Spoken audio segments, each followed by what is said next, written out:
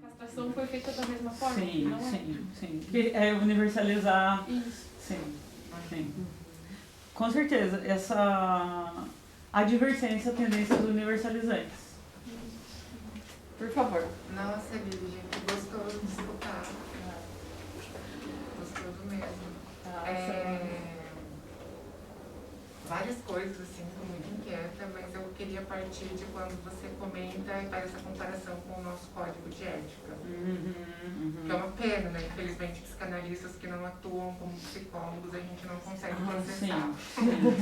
Esse é o meu drama. Esse é o meu drama. O meu também. É difícil. Às vezes eu tenho vontade de ser impositiva. Eu sei que eu tenho que ter psicologia. É um problema mesmo. É muito difícil, Então, nessa negociação, né, que você chamou aí de confusões ético-políticas, quando a gente pensa, por exemplo, violência doméstica, né, que a psicanálise é tributária de interpretações e construções assim cruéis, trágicas, né, da mulher masoquista que se mantém nesse contexto, enfim, e desse gozo masoquista, enfim. E o nosso código de ética, né, não só o código de ética, mas a legislação pressupõe que a gente intervenha em um caso de risco. Então, se caso a gente não intervir diante de uma paciente, analisante, mulher que está padecendo da violência doméstica, que está em situação de risco, a gente sofre eticamente e legalmente, inclusive. Então, não existe uma determinação assim da lei, né, que nos faça movimentar.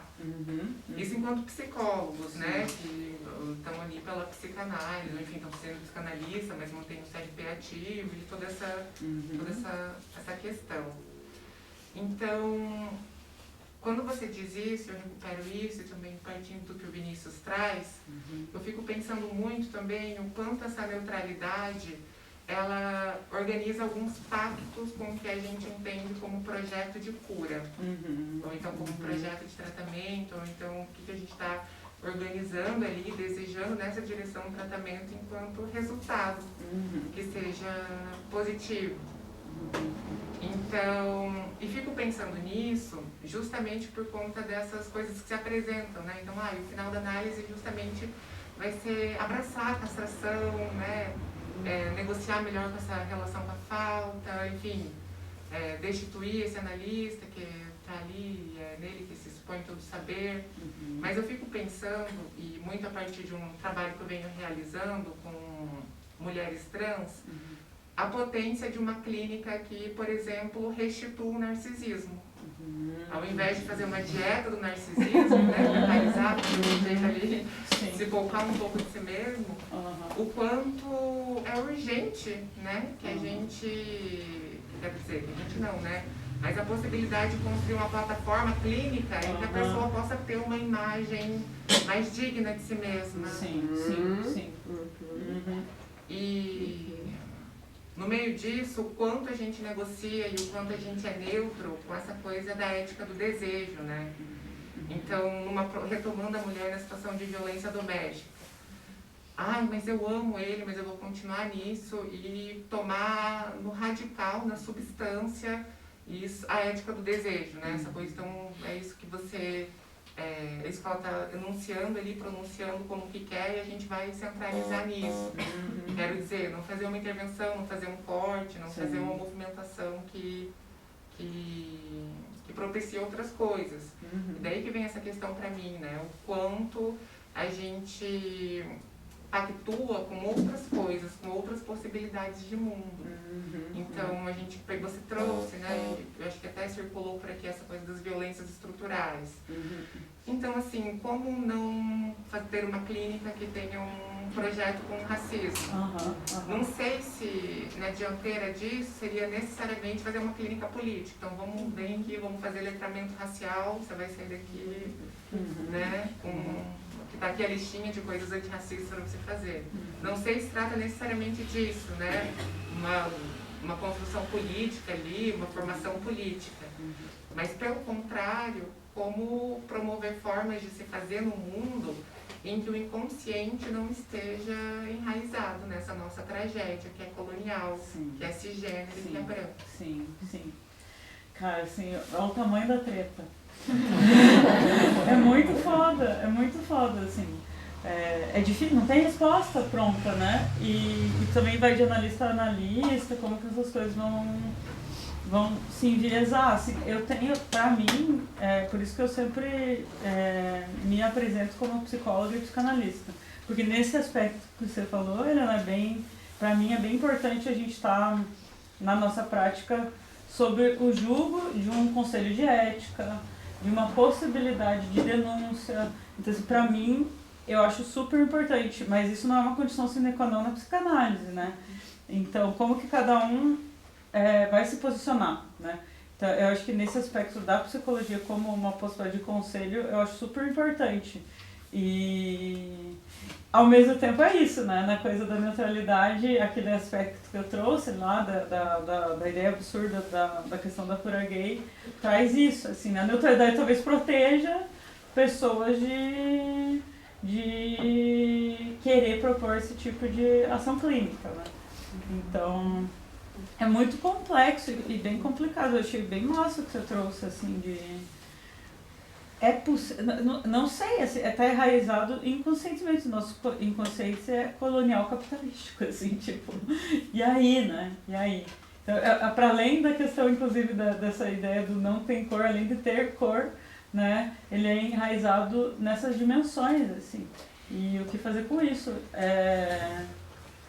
Chega a ser desesperador, assim, quando a gente visualiza toda essa raiz, né?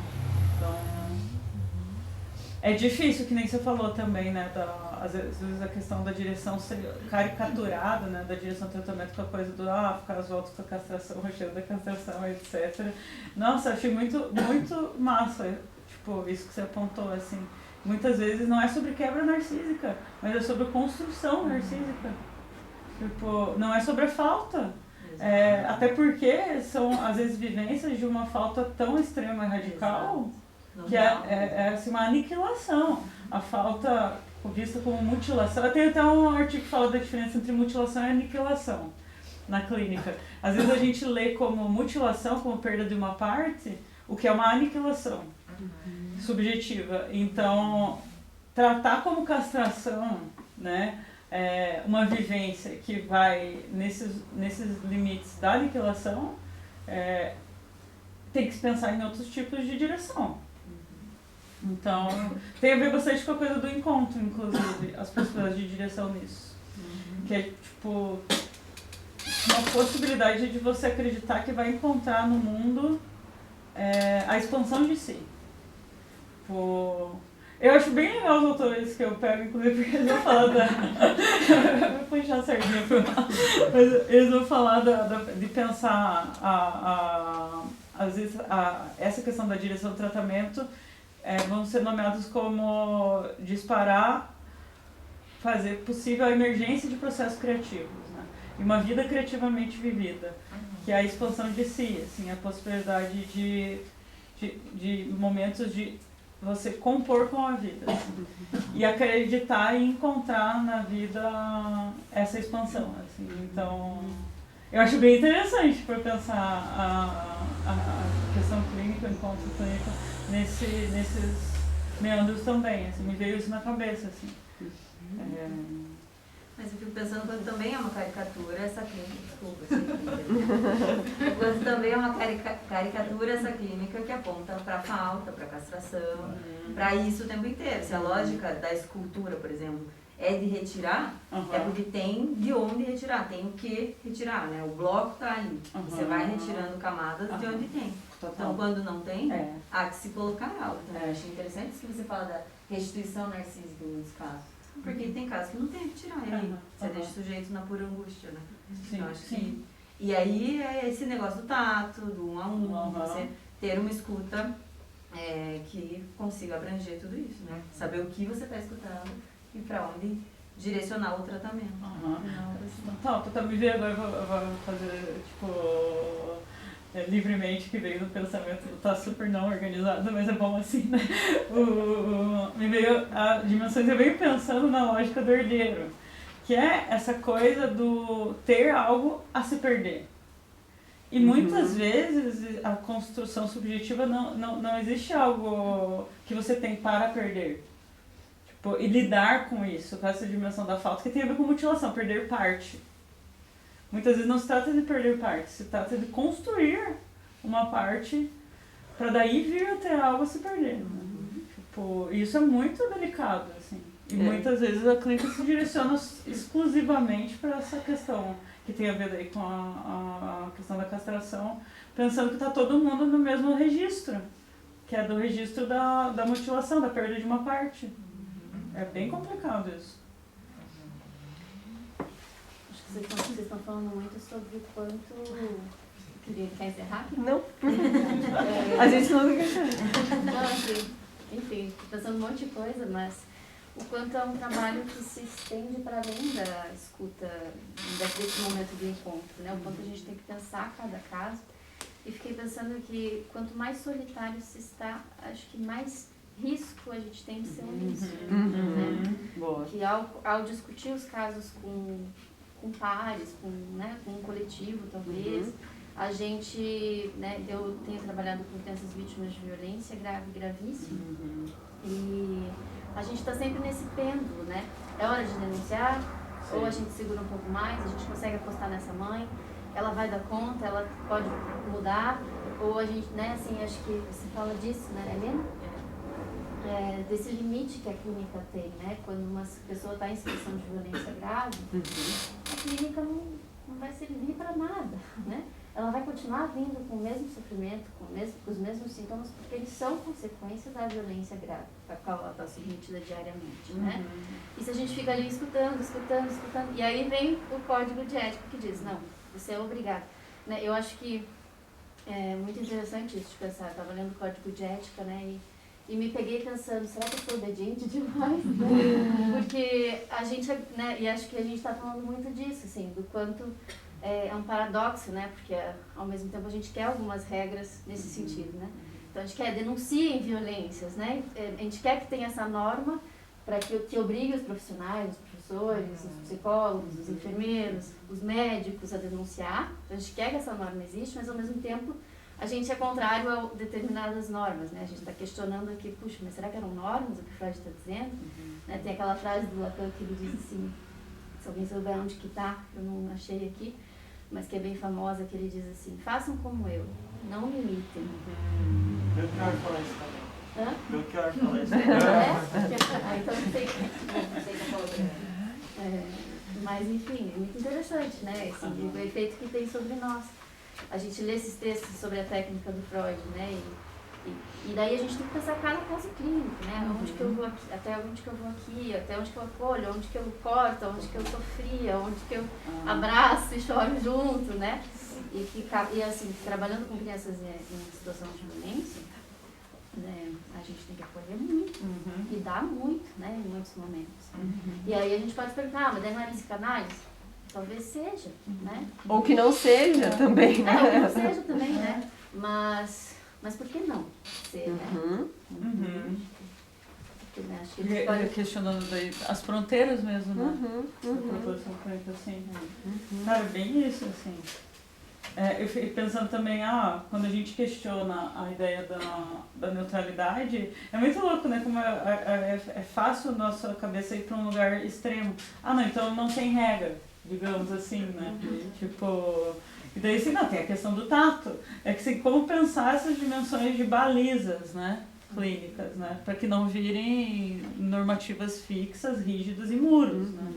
Então, esse pensamento plástico, né? Às vezes uma denúncia que se antecipa também, ela é violenta. Super. Sim. Super. Como ter esse pensamento, né? É como se fosse essa coisa da ginga mesmo, né? Uma malemolência, assim, é preciso, né? E eu acho que a gente, no nosso território, né, pensando no Brasil, tem uma possibilidade tão massa de pensar essa dimensão para a clínica. É uma contribuição muito interessante para pensar a psicanálise, o fazer psicanálise. E às vezes a gente fica trazendo, né, autores específicos, especialmente, né, eurocêntricos, etc., para pensar a nossa prática. E tem o nosso território aqui, cheio de potências muito legais nessa dimensão da Ginga, eu acho que é muito interessante, assim, para esse pensamento não ficar tão fixo e binário, assim, né? Nesse lugar de, tipo, então vamos questionar a regra, questionamos a regra da nacionalidade, zero regra, assim, vira uma coisa muito... sim. E nesse, é delicado mesmo, né? Tipo, eu já tive situações de necessidade de denúncia na clínica. E é muito duro, assim, é muito difícil fazer. Quanto mais solitário você Exato. tá, mais difícil. Exatamente. Sim, cara, isso mesmo, isso que você falou, é muito importante, a dimensão do coletivo. Sim. Está em negociação em grupo. Até tem na discussão sobre formação em psicanálise, nessa situação do bacharelado, né? Que o psicanalista se autoriza. Daí fica parado nesse momento da frase, né? E mais alguns outros, né? Por si mesmo e por mais alguns outros. E a dimensão do coletivo aí fica, às vezes, tipo, omitida, né? Da frase. Sim, a gente tem uma comunidade. É importante circular nessa comunidade. Assim. Uma comunidade aí, muitas vezes, por se fazer temporária, aqui estamos nós aí, né? Estabelecendo aí laços. Então, pelo adiantado da hora, a gente vai encerrando aqui. Lígia, muito obrigada por você estar aqui, pela tua generosidade. Obrigada pela presença de todas e todos vocês aqui, todos, enfim, que estiveram aqui conosco.